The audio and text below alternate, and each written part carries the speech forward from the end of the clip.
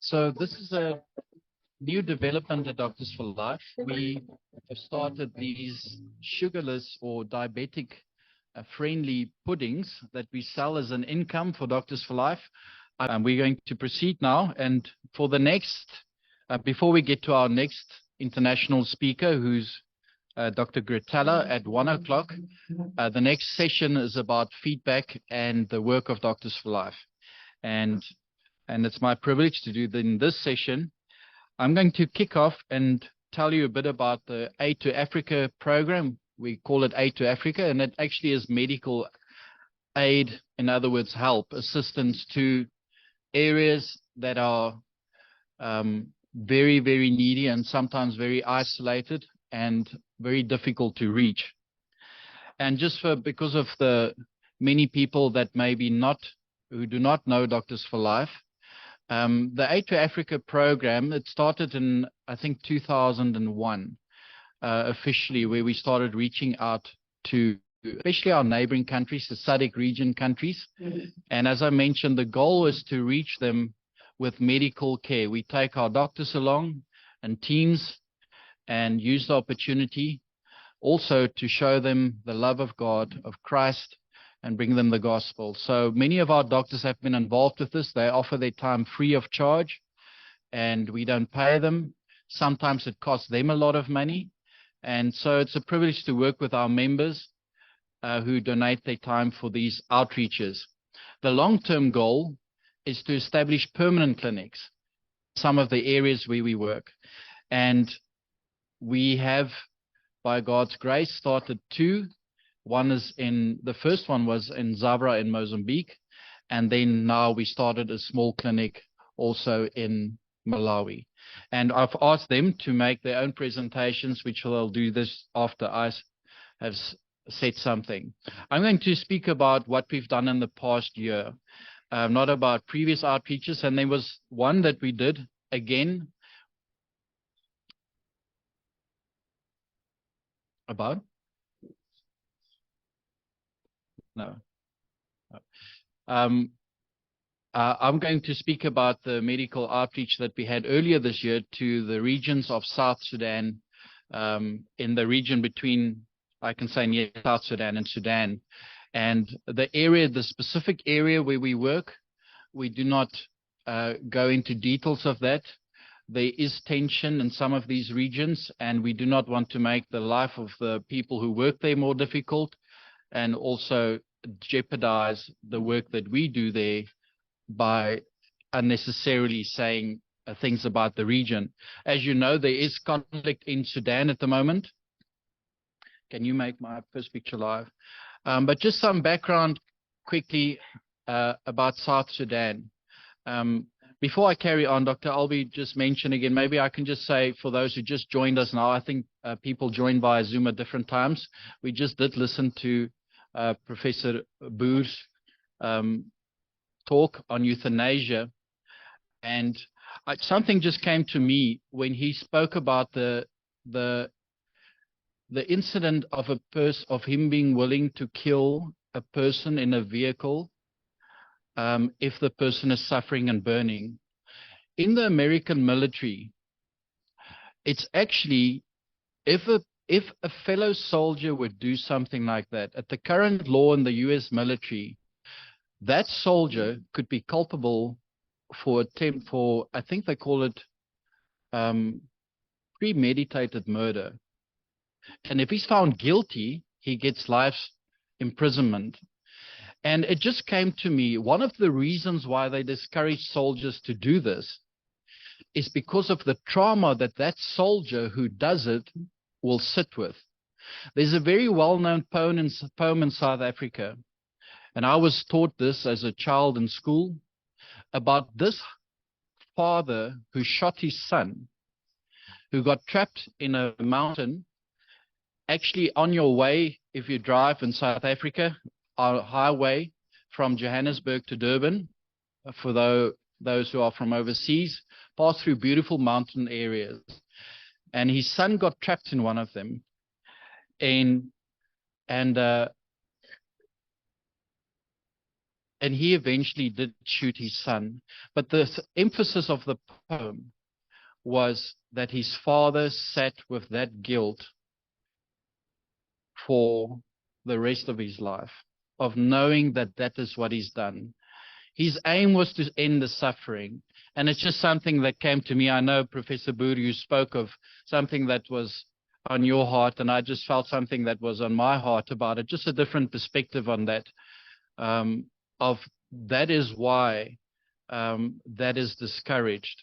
It's for the sake of the person who does it as well as the one who actually dies. So just another thought of that. So with my presentation, that's a picture of South Sudan. Now, if you hear Sudan and South Sudan, you think of desert. Well, a large part of South Sudan is just water. That's the Nile River and the overflowing banks of the Nile River. They often have flooding there. And this, you can see the village there in the middle that's surrounded by the flooding. But it's true, the rest of South Sudan and Sudan is like it's arid land and it looks deserted. You really, if you go to the area where we worked in the beginning of the year, you really feel like you are really isolated. It's really difficult to get there. We had to take a special flight from the capital of Juba to be able to go to that area where we worked. And the focus on this specific outreach, and maybe I must just make this clear, this is not our only focus on outreaches, but in this one, it was eye surgery again on blind people. And we took 2 eye doctors, eye surgeons along, and you'll still see pictures of them. And it's extremely difficult to reach this area. It's expensive as well because you need to rent a special plane. You can drive there, but they say it will take you about 2 to 3 weeks. That's if you get there because of the flooding. The next picture is now of the actual hospital. So once you land with that chartered plane, you still have to drive for basically another day to actually reach the hospital we worked. This hospital, they say, reaches or is actually there for about 1 million people, to serve 1 million people. And it's a very basic hospital, but that's the main hospital, the referral hospital where they do surgery. Some people, the hospital gets so full at times when they took us around, the people sleep on the floor in the wards or in the passages. It's very, very basic. They don't have air conditioning for our doctors and members who join. No air conditioning in the surgery rooms. I know of a doctor who once told me in one of our outreaches, normally in a first world country, they don't do surgery if the temperature is anything above, I think, 21 degrees Celsius or 22. Well, I can assure you in South Sudan and Sudan, it gets quite a bit hotter than that. They use fans. And it's not that they compromise in absolute making sure that the patient gets its best. It's just, I see it often like in military conflict situations, things sometimes are desperate, and there is no electricity here. There's also no cell phone reception there. Everything is via satellite. So it's just a picture of a patient on the hospital grounds. In the background there, you see a small building. That's a leprosy colony. In some of the countries we work, like Angola and including this area, there are still large leprosy colonies, and they keep them separate. In this case, they also keep them near the TB ward, and that's where they live. That's just a short video clip to show the market area. And those are all patients that you see there, sleeping on the ground, in the outside, in the open, waiting to be seen by a doctor. There can be hundreds. I think at this outreach, in the 2 weeks that we were there, we saw roughly 700 patients. And we did, by God's grace, I think a record number of eye surgeries, 254. And many of them are completely blind. That's often how the clinic looks like in the morning. That's where we would screen the patients and also have a devotion in the morning before we start with the work, and also where they get the patients that were operated on the previous day, then come together, and this is where the iPads are removed, where they can then see very often for the first time in years, and also where they get the information about how to use their medicines. These are some of the blind men that helped, and these are just pictures of some of the patients. At one stage, we had to work outside in this tent. It's really hot to screen some of the patients. There were just so many. We had to try and speed up the process to help everybody. And those were the two doctors. That's Dr. Jonathan Pons. He's a very well-known eye surgeon and a dear friend of us. He's done many outreaches with us. And lately, his daughter has been joining us, Dr. Emma Joel. And she hasn't specialized yet, but she is busy with that. But she's already doing eye surgery, and she works under him. So they were both in that outreach. There's Dr. Jonathan Pons looking at a patient. In the area where we worked, there's probably half of the population is Muslim, as you'll see with the previous picture, and the other half is non-Muslim or Christian. And that's Dr. Emma Joel, sorry, his daughter, who also went along. Maybe I can just say, I'm sorry, I'm flipping between the photographs. I just want to say something about her. We don't pay our doctors. She had to put in leave during this time, unpaid leave, to go along. Her husband stayed at home. She went along. So in other words, if they do want to go on leave, it's shorter. She can't spend that time with her family and her husband. While we were there, her employee sent a message to her because he was fed information that he has decided that she can take paid leave for this, or he will not take this away from her paid leave. But she was willing to sacrifice that. And that just gives you an idea of the quality of doctors that we have on board in our teams, which we are very thankful for. And that is Caesar. We helped train this young man. Now, in some of the countries in Africa, they don't actually have to be a doctor to do some of the surgeries. They've got their backs against the wall, as I said. So some of them go through a different type of training. They're called clinical assistants or clinical officers. And then they can proceed with special training to do a certain type of a surgery. And he was one of them. There we have patients lined up. You see the stickers above the eye. And that indicates what eye the doctor should operate on when they get into operating theater. And you can see there were many on that day. That's Dr. Jonathan Pons. This microscope was donated to us, I think about 2 or 3 weeks before we had this outreach, and it ended up being God sent, because when we arrived at the venue, we took this one along, not knowing that we'll really need it. It was kind of just that we wanted to use it because it was just donated to us. But it wasn't initially in the plan. We actually only decided a day before that I think a day before that we'll take it along. But when we arrived there, we found out only then at this isolated hospital that their microscope was broken and didn't work properly. So it was God's grace we had this one. It was critical. Otherwise, the outreach might have been a disaster. So thank you again for the donors. I don't know who all of them are, but many donated, gave financial assistance to buy this microscope, which is ideal and specific for outreaches like this because of its size. That's the operating theater. As I said, some of the operating theaters are simple. You see the fan standing there on the left-hand side in the corner. And again, some of the patients that we helped. This lady was overjoyed. I don't have to tell you which one is the patient. It's the one on the left. The other one is her sister. Now, the previous day when when they arrived, typically in these areas, the way they are led is the family member walks in front, holding onto a stick. Then the patient walks behind, can't see anything, completely blind, and follows the family member. The next day when I saw her, just after her iPad was removed, her sister had to really walk to keep up to her because she was walking in front of the blind patient who could now see. And her sister was just trying to catch up to her. And we all had a good laugh, and they as well, but just full of joy. Another patient. I'm just going through them. These are some of the people we could help. This little girl had an eye infection. You can see the one eye swollen. that we could assist with. And some of the cases we see are sad. Of course, some we can't help when we find out why they are blind. Sometimes there are complications. Now, this girl, it's not clear. Let's see if I can photograph, just zoom in there. About in December, this outreach was in January and February. In December, she was playing outside with a rock. Her mother told me, hitting on something with this rock.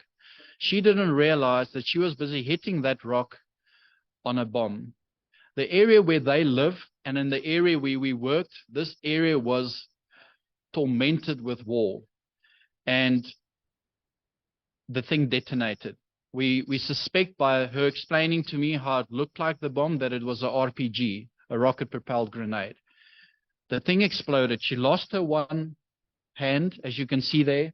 The other one that you can see is completely unusable, but they could save her life, the hospital. And they kept her at the hospital for the hope to also save her eyesight, because what happened was when we examined her, she was completely blind, and the shrapnel went through her cornea, through her iris, the lens, and we don't know what damage it did in the back in the retina. Sand and different debris that blasted through her eyes. And by God's grace, we did operate on her, not knowing completely what the result would be, but she could see much better after the surgery. And this doctor, Jonathan Pons, who went along, he has a special emphasis and takes special care to be able to help children, because you need different instruments and a different skill set to be able to do it. And if you don't operate on them, they can remain blind for life if you don't do it within a certain time.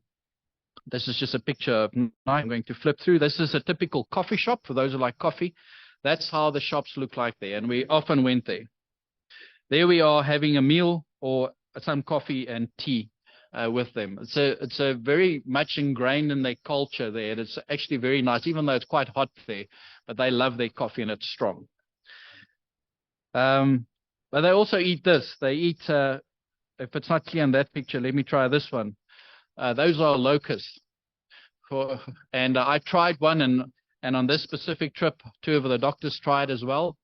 And people ask me, what does it taste like? Well, I tell people it tastes like grass, but without a hopper. There's no oomph in it. It's just, I think I would have liked it more if it had a bit of salt, but one was enough for me. But they like it. They say it's a delicacy, and they're quite big. It's not clear in that picture, but they're probably about the size of the palm of your hand. And these at night, it's typical. At night, you see the little fires starting and the patients getting ready to sleep just there outside of the hospital, on the floor, on the sand, scorpions, no scorpions. And but that's how desperate they are. We often tell people the areas where we visit, seeing a doctor is a once-in-a-lifetime opportunity for many of them. Some of these patients walk for 3 or 4 days or travel in different ways. The longest that I've heard in this area was 12 days, that a patient took to get to us. That's how desperate they are. And they would walk with all the dangers. Two young ladies who came to our clinic, while they were sitting in the queue or while they were there to be screened, they just heard that their father was just killed in an ambush. And what happened was, with their long travels, they split. Their father sent them to the clinic, our hospital and clinic, to be helped with their eyes, and then they got attacked, and he was killed in the process. So very sad things that one sees. There are still lots of attacks and hostilities in some of these areas that we visit. But for our team, we believe it's relatively safe. We do take precaution in making sure that there are not hostilities at that moment, but of course you don't know. And then in the evenings, we would show a gospel film to the crowd, and many people arrived, especially because obviously watching films is not something that happens often. And that's a little church outside in the heat under that baobab tree. That was on a Sunday service. This man had a wonderful testimony of how his family used to persecute him because of his Christian belief before we arrived. And then afterwards, in the year that we were gone, they changed their mind. They said, this Christianity must be authentic. If this team of people, doctors, would travel all the way with all the expense, all the trouble to go to this difficult area of all the discomfort, then it must be authentic. And they changed their mind, and then the relationship between him and his family was healed. That was my translator, Barak, and where he lives. That's typically how they sometimes build, with those rocks. Typical transport that you see in that area, obviously camels. And this young man, his name is Albino Awin, and I believe he's online. He lives in Juba. He has been a tremendous assistance to our work there in South Sudan, often to his own expense. And he doesn't have a lot, but he would often tell me, no, I also want to contribute to missionary work. He's a medical student. I think he's in final year now. He could correct me. But we've had many blessed times with him. And so Albino, if you are online, thank you very much. And his family also supports him, and they've also supported some of our work. He also supports these, some of them orphan children, but mostly street children in Juba. And that's also a place where we assisted together with one of our donor organizations to help them with some of their feeding programs. And together we encouraged and initiated, but Albino is really in charge of this, the street feeding program in Juba. Many of them have lost their parents during the war, the civil war. There's ceasefire, as I say, at the moment, and they're trying to work on peace to make it lasting. They have 1 president and 5 vice presidents in South Sudan, just to keep peace, that everybody has a part in the pie of the different tribes, because it was mostly an ethnic war. And so some desperate children in the area. That's just to show how the houses look like. And a lot of the attacks and fighting still today in South Sudan is because of this, cattle. They call these cattle the king of cattle because of their tremendous horns that they have. In fact, this picture actually doesn't do it justice. They have immense horns. I believe that President Ramaphosa acquired some of these cattle. They obviously worth a lot. And so a lot of the fighting is about grazing, and because the owners of these cattle are nomads, and they just travel into regions that belong to other tribes, and then the fighting starts and killing very often. And we've assisted with our donor organization some of these areas with clinics. We went along just to assist them actually, but this is one family that fled during such attacks. They had to leave their home. There you see one home with a lock on. They just left their home because of the attacks. In that region, they did medical clinics as well. And one of the families that was helped, her child had severe malaria, and we gave her an audio Bible. She's holding it up there. And then the last place, one of the last places we visited was a graveyard. Basically, I think the biggest graveyard in Juba, in the capital of South Sudan, but people live amongst the graves. We asked them, how's it possible? They said, well, during the war, I can't remember what time it ended, but during the war, people were so desperate, they fled to the city and they didn't have a place to stay. So they started staying in the graveyard. You see, the houses are sometimes, I think, on top of the graves, if they were not marked. But there are houses, everything. I think there are a couple of thousand people staying there now, families. Sorry, I think it's about 1,000 families staying there. And so even when we drove, there was a medical clinic there and some food that was distributed to these poor people. Even while you drive there, you could feel the bumps and you realize you're probably driving over graves now, trying to get to the area. And these were some of the people that we saw there. Amongst them was this mother with this baby. This child was basically dying. And the mother, unfortunately, was intoxicated when we went there. And we asked, why doesn't she take the child to a hospital? Now, just to give you an idea, even in South Africa, there is medical service for people that's government subsidized. So you can go to a government hospital and get relatively cheap service. Not in South Sudan. If you go to a hospital there, it's going to cost you money, and sometimes a lot. And basically the answer was, well, what does it help? You go to the hospital, they give you a list of all the medicines you need to go and buy, and we don't have money. So they don't go. They just stop going there. They have to pay for their own medicines. And these things are sometimes imported. if you don't have a work, they can't afford it. We helped well, not me, Albino helped an orphan with surgery not long in these days. In fact, I think the surgery is coming up soon. But with the whole process, the cost at a government hospital was over $500 because I know how much was raised for the surgery. So just to give an idea of how bad some people really have it, I think we often don't realize what suffering really is.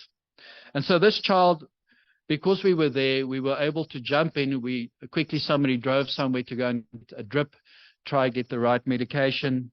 We had Albino helped with raising funds to do x-rays or tests on the child, not sure exactly what, but there was some costs involved. It was a couple of $100. And there they are trying to put a drip in for the child.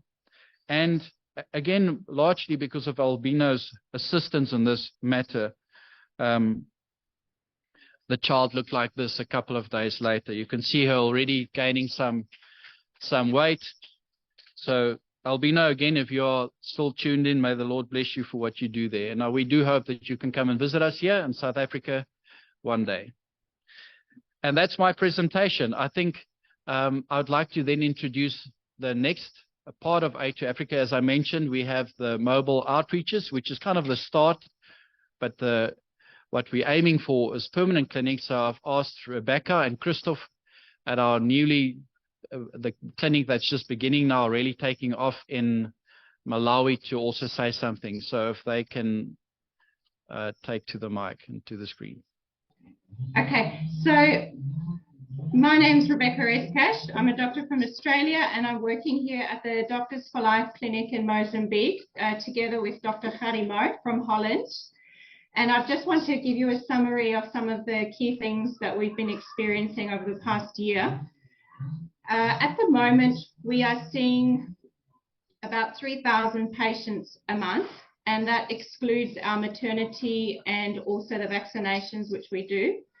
And we found that the number of patients we see is steadily increasing over the years. So back in 2017, as a comparison, we were seeing 2,000 patients per month. So there's been an increase of 1,000 on a monthly basis. And one thing we found that more and more patients are traveling longer distances to come. And one of the cases I wanted to particularly share with you is this one. I'll just get up I didn't click share screen. Hold on, sorry, I'm just having some difficulties here. I'm a bit technically challenged. I wanted to share you about this patient here. His name is Emilio, and he's in his early 30s. And he's a Mozambican, and he was working in South Africa and was involved in a mining accident. And unfortunately, he became a paraplegic as a result. And he had been admitted to a South African hospital. And his family live here in Mozambique and are local to the Doctors for Life clinic. And they took it upon themselves to go and take Emilio out of the hospital and put him on the back of an open pickup on a mattress and traveled all the way to this clinic here in the bush of Mozambique. And I still remember the call late at night saying, there's somebody here who's come to see you. And I went out there and I saw this man lying on the back of the pickup in the open, who had just traveled many, many, many hours to come. And they had hoped that we would be able to help him, that he would be able to walk again. And I had to break the news to them and say, I'm so sorry, but there's nothing that can be done to get to make him mobile again, but we can support him on a long journey that's ahead of him. So Emilio ended up coming to stay at the clinic for many, many months, and that was because he developed terrible pressure sores while he was in the hospital system. So he had pressure sores that were like this. So this is on the side of his leg. He had sores like this on both sides, on his back, and it was down to the bone. And he would spike temperatures. It looked like, you know, we were actually doing palliative care. But after many months of regular care, I'm pleased to say that he is now at home. You can see him there sitting on a wheelchair, which has been donated by some people from Switzerland. It's a beautiful paraplegic wheelchair. and his wounds are almost completely closed. And he also gave his heart to the Lord. And this picture that you see here is a new small branch that has begun, a church branch. And I'd like you also just to take a mental note of the young mother sitting on the mat in the bright coral pinkish top, because I'll also share a story about her shortly. Okay, just going back to our numbers, malaria has not really changed much. We are still diagnosing 500 to 600 malaria cases per month, and that's the falciparum variant, so it's the severe ones. And I just want to take this opportunity to particularly thank our donors. So you know who you are. There are donors from overseas who have given very, very generously. In particular, they have given us malaria treatment, and that has been a luxury that we've had in the past year. When I first came here 3.5 years ago, we would sometimes not have enough treatment to get through the day, and it was quite a challenge. And now I can say we have had enough, and I'm so grateful for that. And also, I also want to take this opportunity to particularly thank Herr Wahl, who is a pharmacist from Germany. His support has been phenomenal. He has been providing us with things like anti-nausea medications, suppositories, any other things that we need, we can ask and he'll send it. And he, on a daily basis, has impacted many, many lives. And we want to especially thank you for what you have done and what you continue to do. Now, going over to our maternity department, we do about 15 births here per month. And one thing I noticed as going over the statistics was that our stillbirths have significantly reduced, for which I'm very thankful. So over the past 2 years, we've only had one stillbirth, and that one was secondary to malaria. So this child we knew was already dead before the baby was born because the mother had malaria, and unfortunately that can be a complication. And but previously the statistics were a lot more. There used to be a lot more stillbirths, so I'm very thankful for that change. One of the stories I want to tell you about is about this little girl who you see here. Her name is Danilfa, and her mother is that lady who was sitting on that grass mat that I pointed out earlier. Danilfa is a very special baby. Her mother found out that she was pregnant with her, and for her it was very difficult to accept this news because she already had many children and they were in significant financial difficulty. And when I explained to her that she was expecting another child, she said to me, I can't keep this child, I need to have an abortion. And I always find when patients say that, it's like an arrow goes through my heart, and I just pray in my heart and I just say, Lord, help me to help this person to understand that this is a unique, precious little life that needs its mother now more than ever. And we were able to speak with her, and she left and said, I'll keep this child. And that's exactly what she did. And yes, the pregnancy was a challenge. The recovery from the labor was a challenge. And then she lost her husband. He died about 4 weeks after the birth.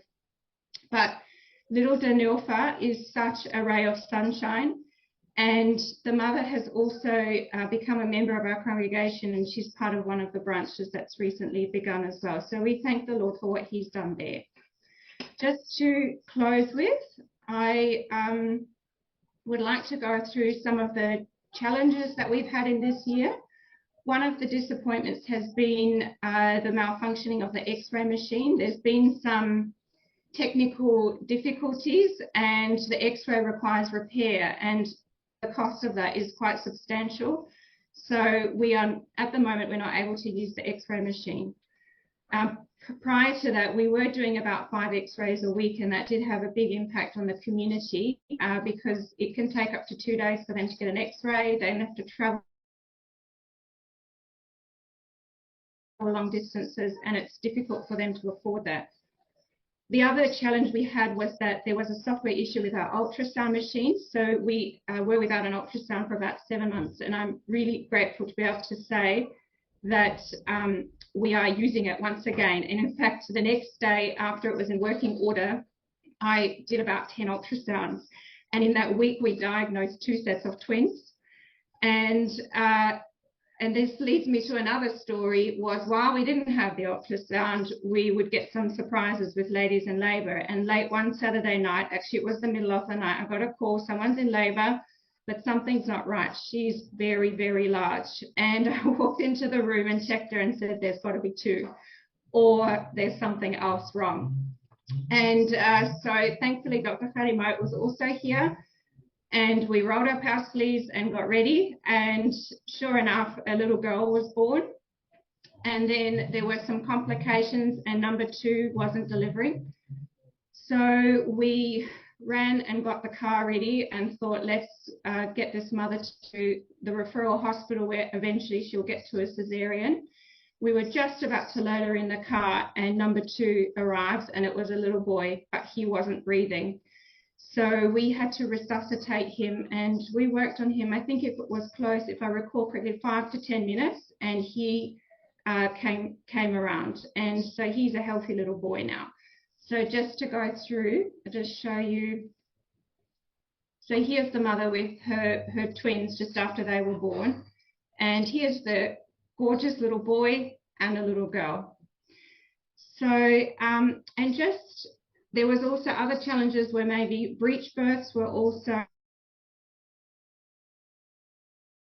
not picked up because of the lack of the ultrasound, and unfortunately one lady lost her baby because of that. So I just realized more and more how valuable that piece of machinery is. The other things that have been interesting has been there've been government health strikes here this year. There's been several, and what happens is that doctors and nurses employed by the government don't go to work. So because we are a private clinic, we would continue functioning, and they did send out spies to see whether or not we were still working despite the strikes, and of course we were. And so they attempted to report us, but then they said, look, there's nothing we can do, they're a private clinic. So I'm grateful that we could continue working, and people were coming from far, and they would be passing clinics because they couldn't go anywhere else for help. So in those times we would be dealing with more critical emergencies. At the moment, there has been a strike, but they've suspended it for 30 days. And usually it's got to do with nurses and them being dissatisfied with their pay. And I see my time is up, but I just wanted to quickly take a moment to mention our ambulance and vehicle situation here. It's an ongoing challenge, and I want to thank all of you who have been donating to the ambulance fund. But we are still waiting to raise more funds so that we can purchase a vehicle so that we can transfer patients to higher level care when they need it in emergency situations. But thank you for this time, and that's all I would like to say at this stage. Thank you.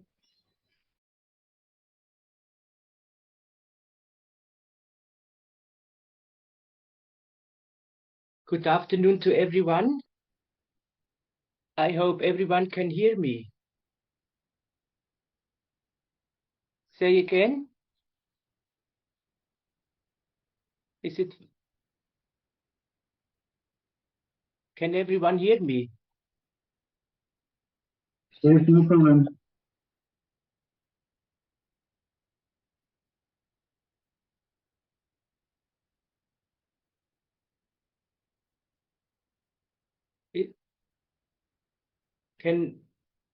Johan, can we continue? Yes, you can. It's working well.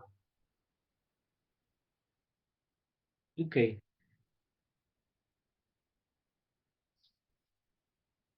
Good afternoon to everyone. I am Christoph Schneider with my wife Rebecca. We are from Switzerland, and we have the privilege to be the representative of Doctors for Life in Malawi. So the DFL, Doctors for Life as a company, was registered in 2018 already. But for some reason, by changing the system in the government, a re-registration was necessary. And that was one big step that we reached. Sorry, I'm not very familiar now. Yes, I tried to show you. That's now our certificate. It was just now, yesterday, we received the new certificate of the re-registration of Doctors for Life as a company in Malawi. So one big step is done, but next is now the clinic that need to be re-registered. I tried to, sorry now, I think you can see that image of the clinic. That's now the existing clinic. The white building is a container, and there was a building added on it, and right on the right is the waiting area. So this clinic was registered in 2018, 2019, and was already running. But then the medical nurse that was here in Malawi, they went back in their original country, and from then on the clinic was actually closed and not allowed to work anymore. And we heard about that big need of Doctors for Life that they are looking for. Sorry, that you see in the container a picture, the clinic, and there the waiting area with pictures of some children. And then in this year, the 20th of May, we arrived as a family here in Malawi.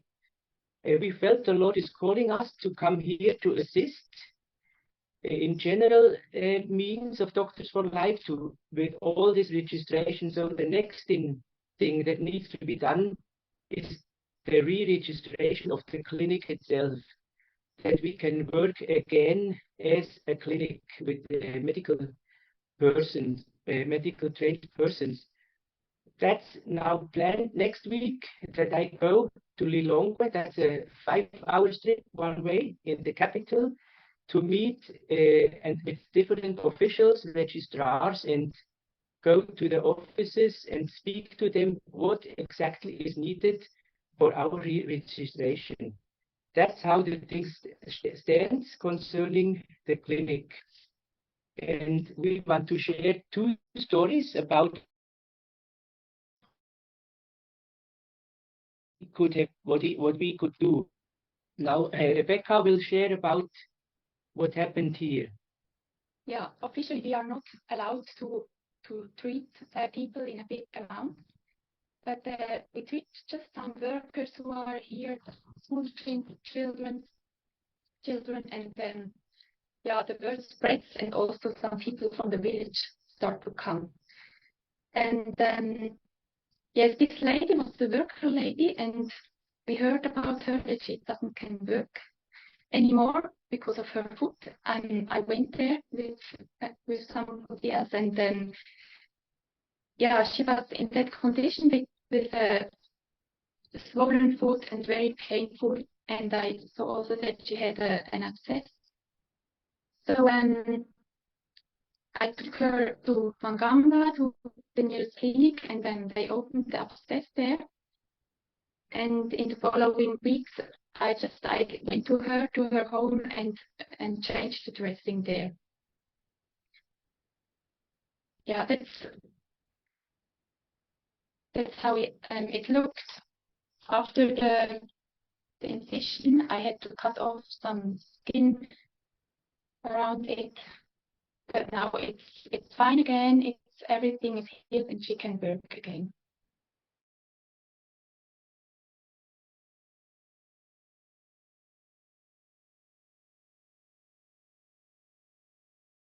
The man coming, and he was. Am I online?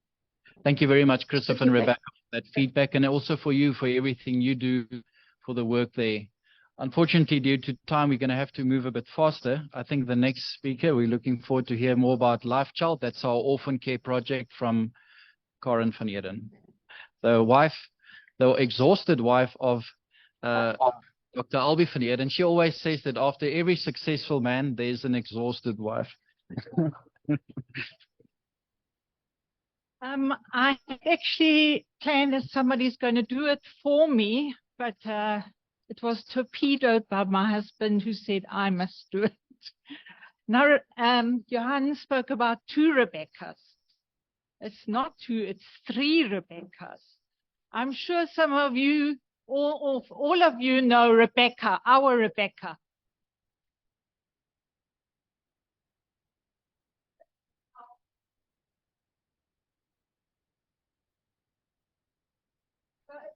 interesting if Elvis speaks in the house of Rebecca, then you have to think which one of the three is he speaking about or speaking to. I don't want to keep you long. Ich weiß, in Deutsch sagen sie ein Mann, ein Wort, eine Frau, ein Wörterbuch. Ja. Ich will kein Wörterbuch sein. So we've got the orphans. We're taking care of about 100 orphans. We've got 5 centers. We've got one at Msinga Top. We've got at Lime Hill. We've got at Mtaleni, Esfuleni, and Table Mountain. Table Mountain is in the Pietermaritzburg area. At the moment, very close to my heart. There we got some donors who helped us that we can plow, so that we can plant vegetables with the orphans, teach the orphans some agricultural skills. We have the possibility of a borehole being there on our premises. So please pray because that would be so wonderful if we've got water for the vegetables, water for the orphans, and water for the community. And in that area, we were also donated by Steel South Africa, a brush cutter. So we could clean that area very nicely. Unfortunately, we've got avo trees, we've got citrus trees, but twice the fires hit us. So it basically comes out of the valley and it goes straight for our property. So we are thankful. I think we only have a few avocado trees left, but yeah, we hope that I had hoped we'll be competing with Avo Mseni one of these days, but obviously not. So we are very happy. There are many children who still want to be accepted, but we work through the Induna or the chief of the area. They must give their go-ahead that we can take the child. So we've got a list, and hopefully by next year we'll have more orphans. Those 100 orphans cost us 30,000 a month. And I'm famous in the Doctors for Life devotions. If they speak about our orphan project, Life Child, they always speak about the black hole. So my project is the black hole because all Doctors for Life's money seemingly goes into that hole. So make it your prayer to pray also for the orphan project. It's very close to my heart. And that these children will also be able to get to know Christ and be ambassadors for him. Thank you.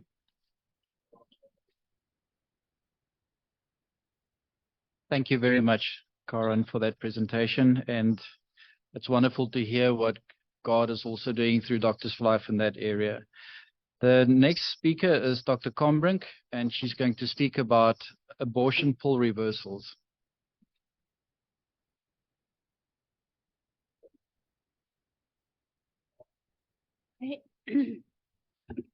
I am one of the exciting departments of Doctors for Life, for which I'm very thankful, and that's the abortion pill reversal. That is when somebody took the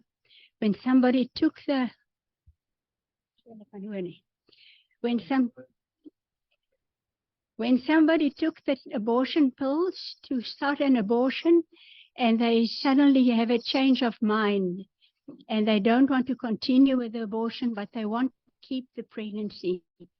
And that is what we try to help with. And that is something that all pro-life doctors should know about and be comfortable about and be able to help with, because this happens all the time.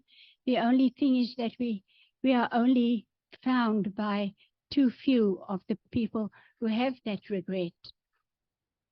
There are 2 abortion tablets. The first one, and the most common one to start with, is mifepristone. Now, mifepristone really works by working against, I don't know how to do, sorry. The mifepristone that works against the effect of progesterone on the uterus. And the problem is that the progesterone protects the uterus, and then it protects it against softening and becoming ready to contract, the cervix to soften and to get ready to dilate, as well as the placenta to start to detach from the uterus. So it is really that we need to stop, and we can stop the effect that the mifepristone has against the progesterone's action is to give them an overdose, so to say, of progesterone, to give them high doses of progesterone to override the effect of the mifepristone. And it works more often than not. And for that we are thankful. So we usually start with progesterone 600 milligram twice a day for 2 days, then 400 milligram twice a day for 2 days, then 400 milligram at night for the rest of 2 weeks, or the end of the first trimester, whichever is the longest. One can also give 400 milligram twice a day for 3 days, and then continue with 400 milligram at night. And we are very thankful for the effect that that has. Unluckily, usually the people start with mifepristone on the first day, and then after a day or two, they are given misoprostol, which causes the uterus to contract. That unluckily doesn't have an antidote, but the big group in America still advise that one also give progesterone, as progesterone has been used for more than 50 years in problem pregnancies. It is safe with no harm to the mother, no harm to the fetus either. And the wonderful thing of mifepristone, this drug, is that it also is quite safe for the baby. If a baby does recover, it is fine. It has no effect. I just want to give you a short, the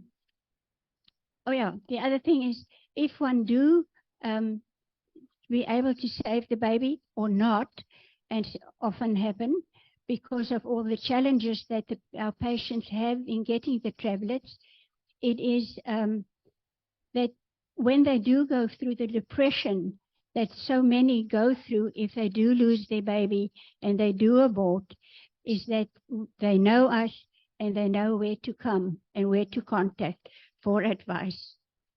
So we are very thankful. There are 10 babies born so far since October 2021, when Dr. Albie started with this program, Dr. Albie and Sari. 10 babies have been born fine. 2 are expected at the end of the month.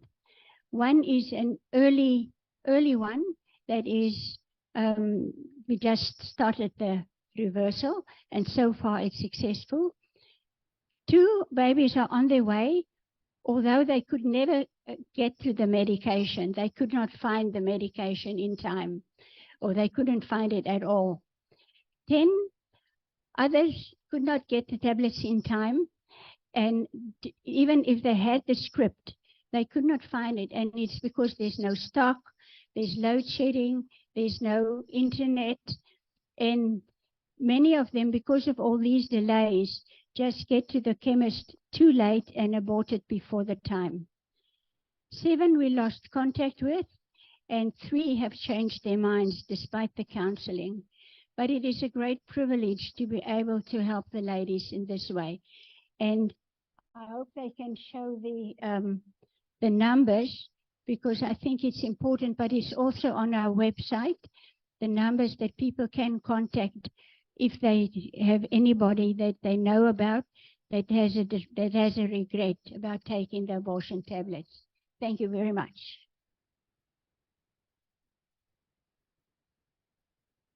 These are just some of the pictures of some of the babies that have been saved. We've blurred out their faces, but just to give you an idea. Thank you very much, Dr. Combrink, for that presentation and for what you do at Doctors for Life, and for being, I can say to a certain extent, a right hand to Dr. Albie in all these many years as executive board member, and all your support.